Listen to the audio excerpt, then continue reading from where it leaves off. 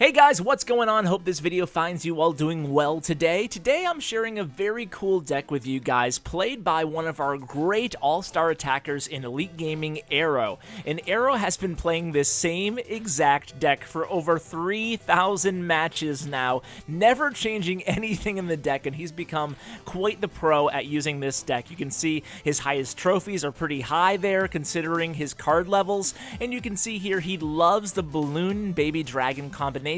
But beyond that, all the cards in the deck have a specific role, so what we're going to do in today's video is keep things pretty short, probably around 10 minutes, maybe a little bit less. We're going to go over 3 replays, and in the first replay, I really just want to share with you some tips that Arrow actually shared with me so I could pass it on to you guys. And basically, I asked him the same thing I ask all these expert players who share their decks with me, and I asked them what the strengths of the deck are, what the best offensive combination of the deck are, how to battle the current meta with the current deck, and lastly, what are some of the most common and biggest mistakes you see other people using when trying out decks similar to yours. So let's hop right into it here as you watch Arrow go against a Royal Giant deck right now on the screen.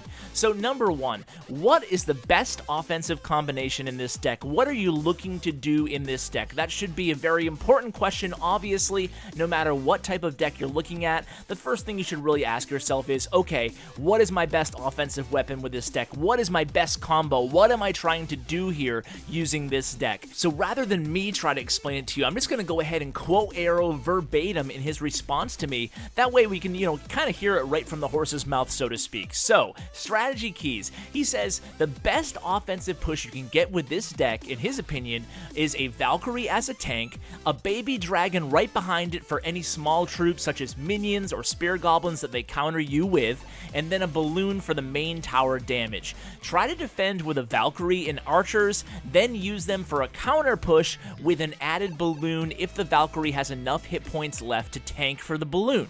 Use the elixir pump and use it often. It is a key, especially in double elixir time using this deck, to get that elixir pump on the board and always try to maintain the elixir advantage. If not, it can lead to you not having enough elixir to defend and then to execute your counter push.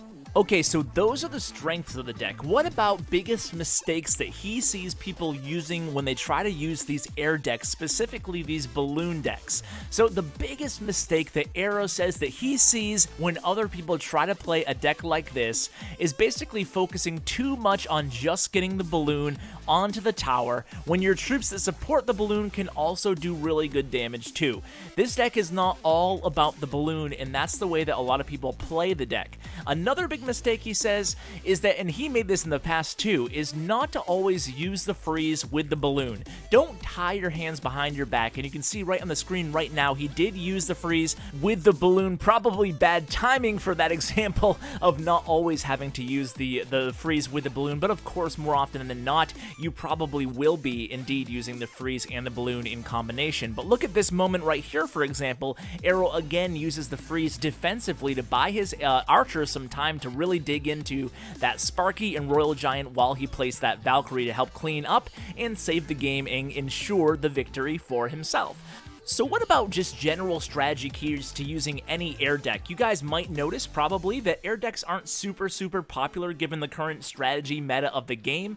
When you do see air decks, usually they're really strongly based around and built around the Lava Hound. But this is actually, you're seeing these mainly these balloon giant decks, but actually Balloon Baby Dragon can work just as effectively as Arrow demonstrates in these replays.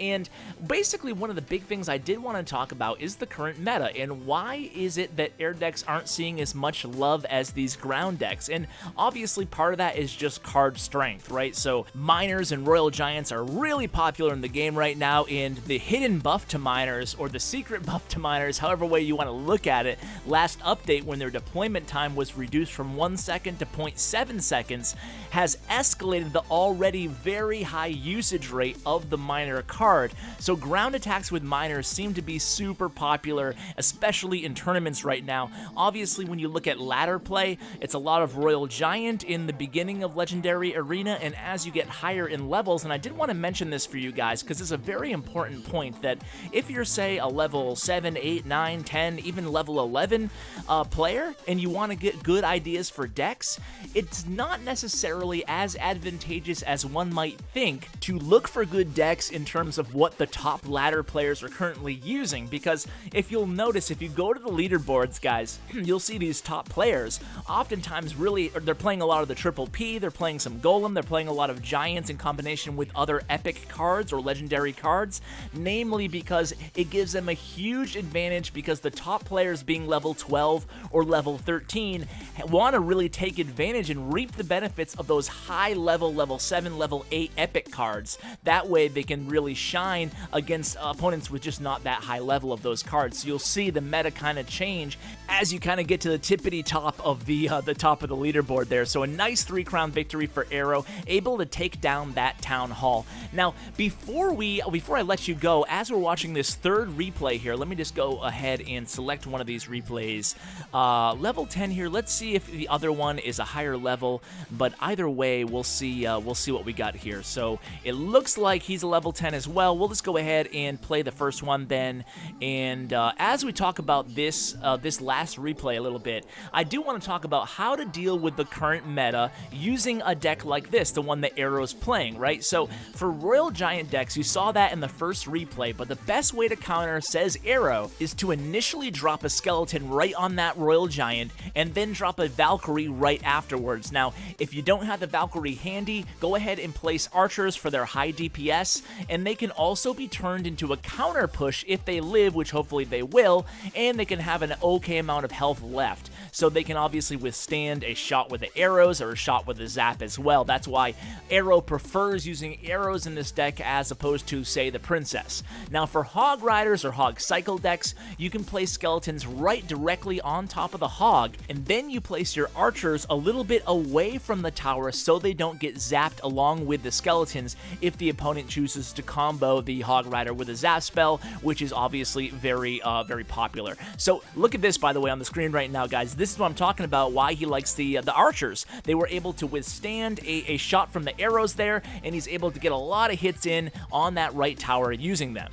So what about the triple P deck, or these big power decks using a P.E.K.K.A. or even a giant skeleton, or any kind of big strong unit like princes, etc., etc.? Well, for those type of decks, basically what you want to do is get them all grouped together and then drop the freeze and then drop the Valkyrie. You've seen Arrow do that in the previous replay as well, but that's one of your best defensive weapons, so don't be afraid to use the freeze defensively in combination with the Valkyrie. So again here, what you want to do is distract the P.E.K.K.A. He can easily be distracted with skeletons, and then you can kill the P.E.K.K.A. with archers as well if you don't have the freeze up and handy. For Three Musketeers, it's the same deal. Hopefully you have freeze handy, and then you drop the Valkyrie right in the middle. Don't be afraid to use freeze defensively, guys. Freeze is definitely a really underused defensive weapon in the game. So in the last 60 seconds of this match, let's kind of just do a play-by-play and see how Arrow pulls this one off. Obviously, he has the lead right now. He's maintaining the advantage in the elixir. He has 2 pumps on the board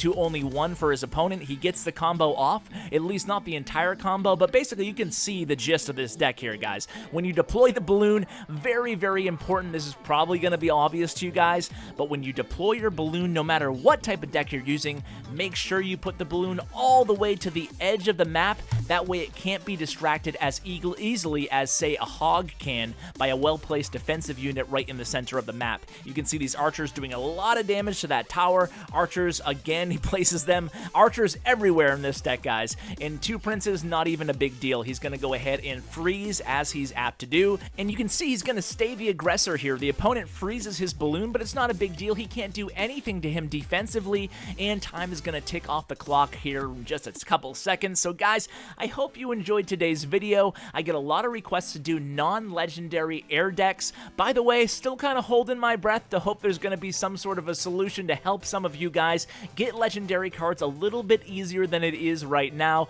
I have a lot of good legendary decks that I want to share with you guys, but I'm kind of holding back here and there and just really kind of preferentially bringing you guys free-to-play decks. That way everybody can enjoy the content that I'm providing. So guys, thanks so much for watching, and as always, take care, guys.